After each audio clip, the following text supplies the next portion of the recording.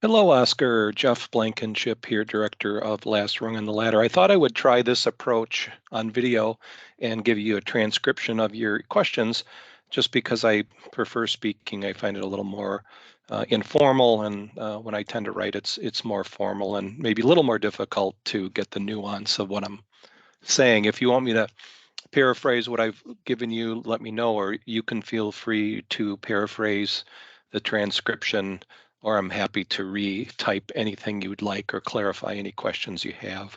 So I thought I would try this. Let me know your thoughts, and I'm happy that you reached out and excited to help you. And anything that gives the project a little attention is great, and I appreciate your interest. So I'm just going to go through your questions. Can I start by telling you a little about myself? Who are you and what do I do? I grew up in Wisconsin in the Midwest and spent a lot of time in the northern part of the state. Water skiing. I used to perform in a water ski show. I involved in a lot of activities, photography, bicycling, snow skiing, water skiing, not airline pilot, private pilot, golfing, things of that nature. My educational background is I have a degree in marketing, a business degree in marketing with a kind of a minor emphasis in computer science as well as a background in music. I was a music major for a year and then moved on to more practical pursuits. My career path has taken me down more of a technical path, but I've always had a creative bent. I always gravitated toward projects, whether it was something to do with photography or video or montages, things of that nature. I did run a video production company for about 10 or 15 years, but otherwise I've kind of been in a technical support, customer service kind of background for various companies. The company I work for now is actually based in France. The last two companies I've worked for are French-based companies. And that's what I'm currently doing as a profession. How did I become interested in film direction? Well, again, as I said, I've always kind of had a creative bent. I did some projects in college, and I had my video production business, which obviously involved some self-direction of video production. And then when I was leaving that business to get back into a more lucrative career, I applied as an editor to a film group. And when they brought me on, they felt I'd be a better director than than an editor, even though I can't edit. But they saw me more as a director, and I directed my first film with them back in, I think it was 2010, and that was the start of this relationship with that production group. It's not the same group that did Last Rung on the Ladder, but that's what got me started and interested in film direction. How do I collaborate with the cinematographer to achieve the desired visual style? Um, it truly is a collaboration. Before I talk to the director of photography, I will have a pretty good vision in my mind, and I try to convey to the director of photography or cinematographer my imagery more in emotions and tone. I will use musical terms and tempo and feel um, rather than, I want a zoom shot here or that. I mean, I will use camera terms when I feel it's appropriate or when I know exactly what I want for a shot, but I try to give a tone to the film first and at an emotional level, at a styling level, a pacing level, to give them a sense of how I'm feeling about it and what the story is to me and what we're trying to convey. And then we'll collaborate, and they might say, well, do you mean something like this, or does this work? I'm thinking this could be good, and we'll talk about that. I will tell the cinematographer what I like or what my style is. For example, I like to use practicals in the background. I like that look. I like shallow depth of field. I like compression. I like long lenses. So I do have a style that I will convey to them. And then I defer to their expertise on any given shot. If they say, well, I can do this, this might look better, this might work better, and we truly collaborate at that point, and then I try to defer to their expertise on what's going to create the vision I have for them, and that works really well. So when we made The Last Rung on the Ladder, can you tell me a little about the production? What did it cost? How long did it take to film? It's actually a very great story. We could do a whole interview just on that question, quite frankly. Max Blaska came to me with the project. I've worked with Max in the past on smaller projects, mostly 48-hour competition type projects. And he said, you were recommended to me to direct this. Would you be interested? And I looked at it. And the first thing I said to Max was, well, we need a producer. And I have a producer mindset, but not the skill set. And so I said, look, I've got a lot of ideas and I can tell you what needs to be done, but when boots are on the ground, I'm not a producer. And I said, well, we need a producer. And we struggled a little bit for a while trying to get a producer. And we were just because time was running out on the project in terms of the contract and how long we were given to shoot the film. We got a producer on board, Kurt Kraus, and we hit the ground running at that point. And then it was full steam ahead. And then we shot. So how long did it take on a calendar? It took a year easily to get going. Shooting days, we shot 6 or 7 days in 4 different cities, starting in January and wrapping in May. So a very aggressive shooting schedule. We shot 2 days in Land O'Lakes, Wisconsin, 2 days in Oshkosh, Wisconsin, 1 day in Belleville, Wisconsin, 1 day in Madison, and 1 day in Middleton. The budget was tight. We were, I would say, well under $20,000, maybe around $15,000. Which obviously constrains a lot of things like how many days you can shoot and things like that. And we did exceptionally well, I think, within the time constraints and the budget constraints. Post-production took a while. We started post-production in June and wrapped it just at the end of the year here. Very ambitious project, but once we got going, it went very, very well, especially the shooting days. So why did we pick Last Rung on the Ladder to develop into a movie? Well, again, that was Max's driving force. He coordinated with the King group for the Dollar Baby, and I don't know what drove him to do that. I know he's always been a Stephen King fan, and he researched it and came up with it. I had never heard of it, quite frankly, even though I'm a big Stephen King fan. So it was Max's doing. I don't know if he picked that story or if that was something that was the only option to him. But it was Max's vision to rewrite that story. So what did I like? What in the story that I liked so much? What I really liked was Max's passion for the story and the purpose that he wanted to convey. Awareness and education about mental illness issues, stigma and awareness, and he thought he could use this film to send that message in a creative way, because there's subtleties in the film about mental illness and other issues, which are powerfully sent. I really liked the adaptation that Max presented to me. Max and Carla co-wrote the adaptation. And then I put my spin on it, and really, as we developed it, I just fell in love with the film and the concept and the characters. And, having the honor and privilege to do a Stephen King-based story was a motivation in itself, and so that was really a strong draw. For those who read the original story, the ending is surprising and unpredictable. Was it something I talked with the script writers? Did you want to bring that new vision to your film? Yeah, absolutely. The one challenge I did have with what I was presented was it felt a little bit linear to me, a little too chronological. In other words, the um, the sequence of events happens, too much in time.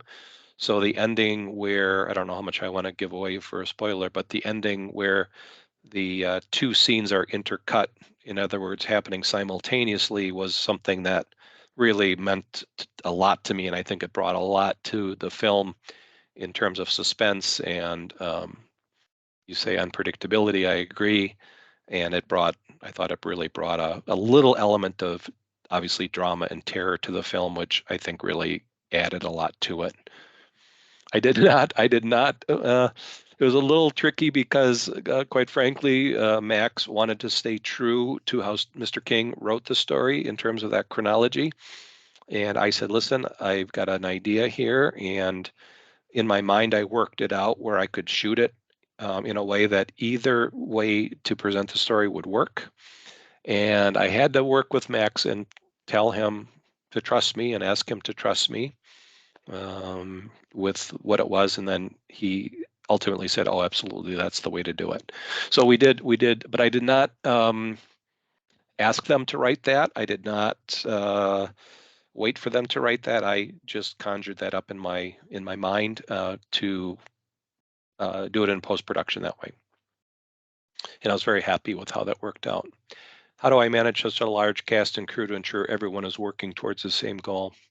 Well, really, the beauty of it is having an incredibly talented cast and crew. I couldn't have been more impressed with the people I worked with, and quite frankly, I didn't have to do much management because we had such good managed people.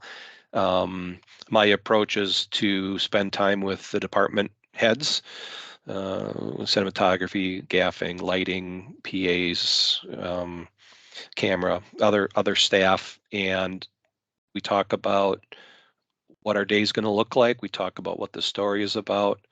Um, we set kind of a time expectation, and I turn them loose, and I deferred to those department heads to do their jobs, and it really works then through either a line producer or my assistant director to manage issues. I get pretty locked in on the story and on what I'm looking at and the characters and what we're trying to create creatively. And so I let everybody do their jobs, and then if there's an issue, then I will deal with it as needed. And that usually comes again through the AD or some other department head. But I'll tell you what, this was a extremely smooth running production. I had no issues at all with anything, and the cast was exceptional. I don't think we might have had one break. I mean, everybody knew their lines. They acted, they improvised, they used their instincts, and just incredible talent. We had some improv scenes that worked beautifully. We just kind of created them on the fly. Everybody was on board, and it was very well coordinated, well choreographed, and it was really a wonderful experience. No issues, no drama, no problems at all. It was great. It was really a great production, um, and just really a pleasure to be on the set with all these guys. How did I find out King sold movie rights? I did not. Again, that was Max.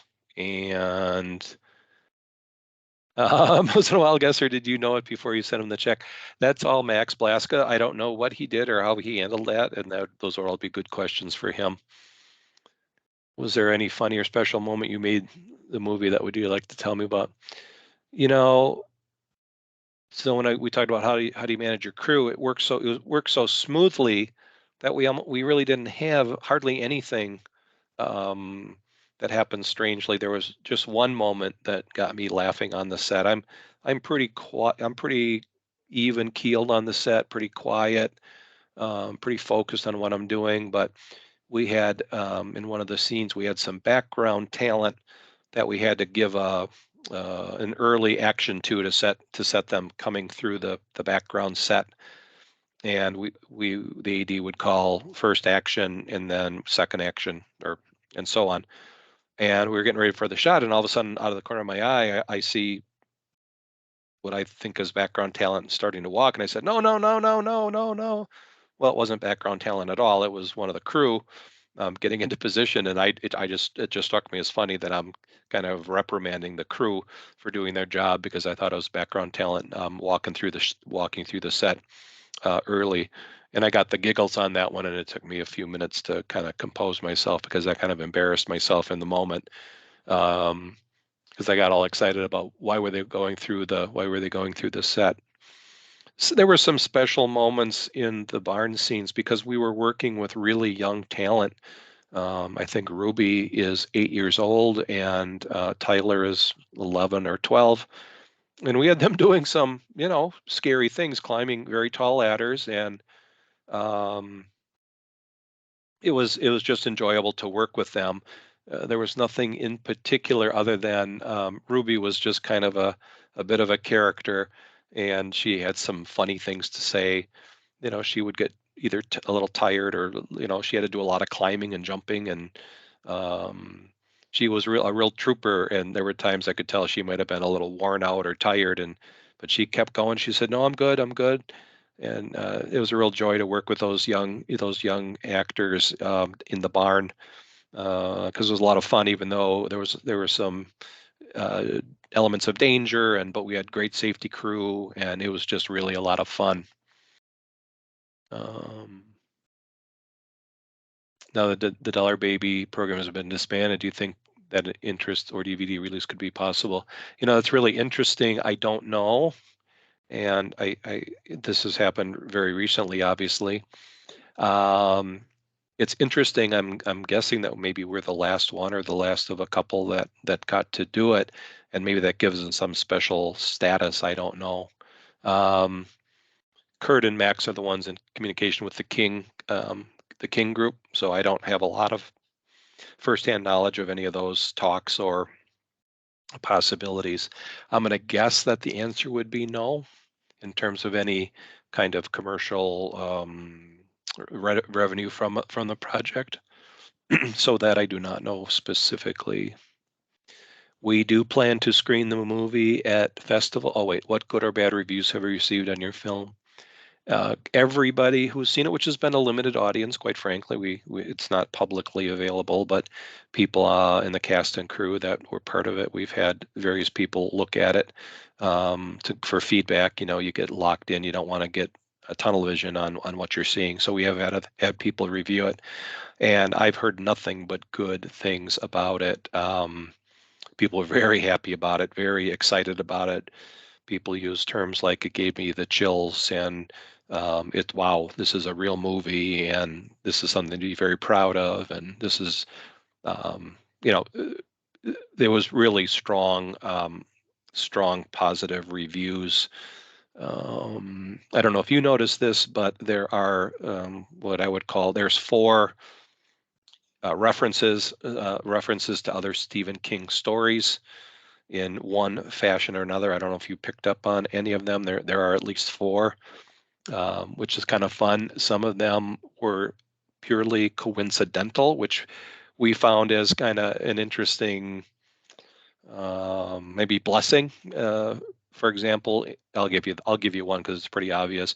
When we were getting ready to shoot the cafe scene, which was a total improv, we weren't going to do it at all. We were just going to do a guerrilla style shot in a diner for 30 seconds, and we turned it into a 2.5 minute 3 minute scene. And we were planning for that scene, and we were in the hotel lobby, and they had like a little mini book library, books that guests could read, and they're all tucked into their little spaces in the bookshelf except for one book, and it was on its side face up on the top of the stack, and it happened to be a Stephen King book. So I took that as a word from above. So I took the book, and that's the book that the restaurant guest is reading. Craig Zaccaro is reading at the diner, and there were several others that kind of were unintentional, but they work. And then one of the little Easter eggs is intentional. I'll let you tell me what it is. We do plan to screen the movie at festivals. We're looking a lot of local festivals here in Wisconsin. Um, Green Bay, Milwaukee, Madison, Wisconsin, a couple others. There's a very popular film festival called Julian Dubuque International, which I've shown films at before, and I'd really like to show there. There's another one in Iowa that we like. So yes, we plan to do several, and Max is submitting around the country specifically as well. I am a Stephen King fan. Um, I don't know if I've seen any of the adaptation. Well, yes, the adaptations. My favorite Stephen King films are Shawshank Redemption, um, Green Mile, Misery, Stand by Me. Those are my favorite ones. My favorite book was The Shining. That's the first Stephen King book I read.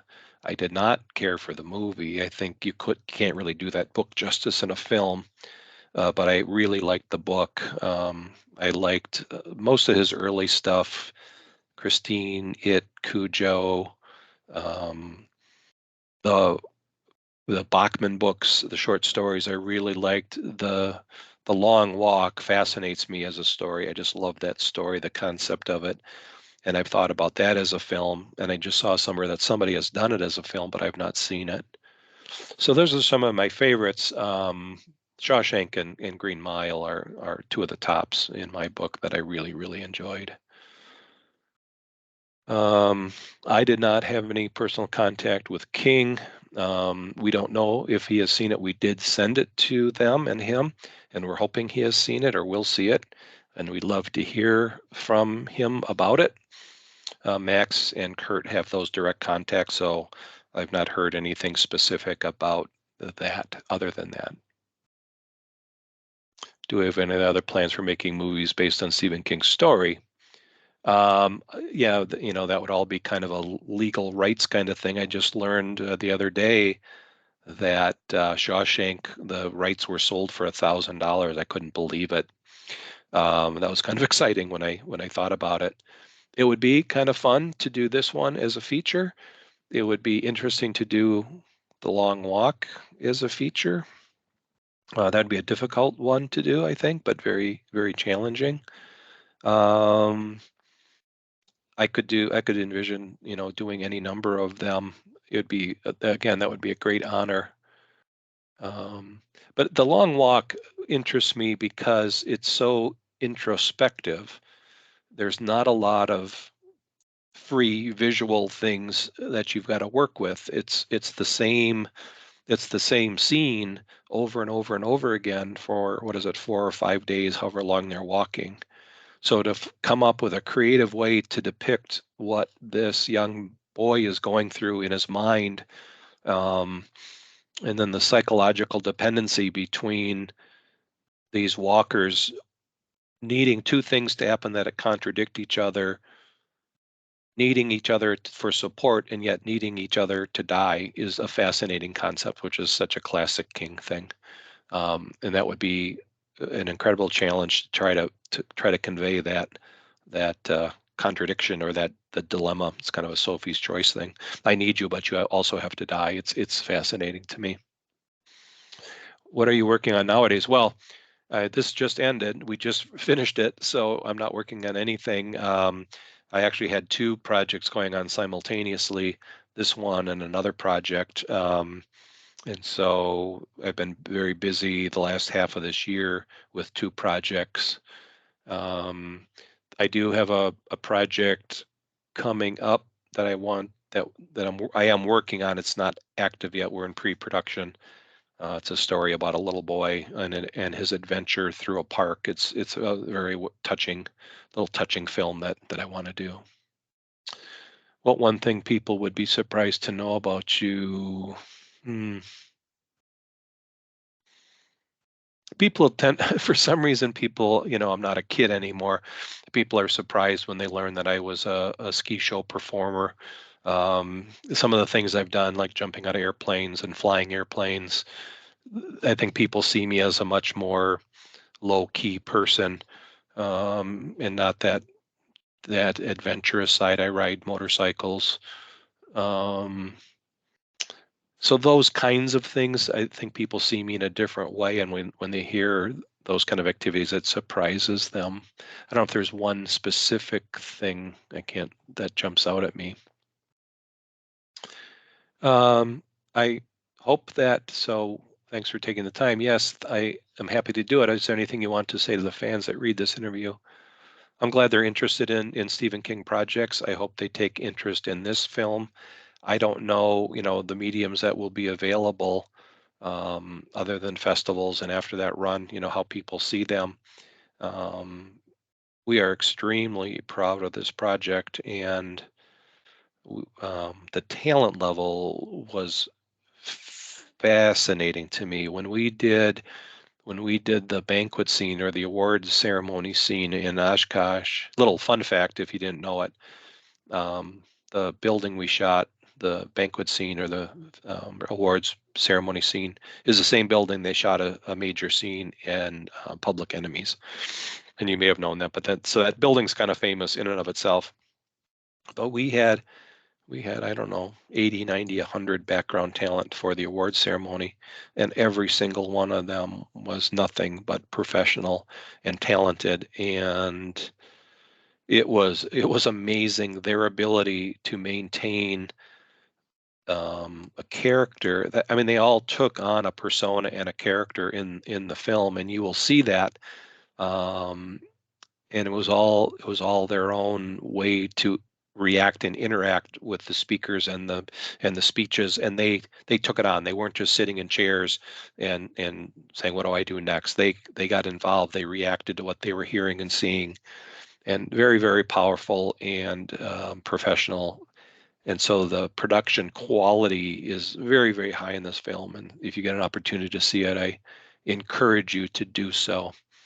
Um, I think your questions were very thorough and complete. I don't know what else to say about it other than I hope that this film can get a wide audience and that people get a chance to see it for all the work that went into it. I'm so proud of my cast and crew for the way they made my job easier and embraced the visions I had, and especially the writers who trusted me with my tweaks and my vision, and they did trust me to do their project with honor. And I think that was accomplished, and I hope they all know how much I appreciate their talent and effort and commitment to the project. So thank you very much, Oscar. And if you have any other questions or comments or need anything else from me, do not hesitate to reach out. And I hope to meet you sometime. So thank you again for taking the time to put this all together. Thanks.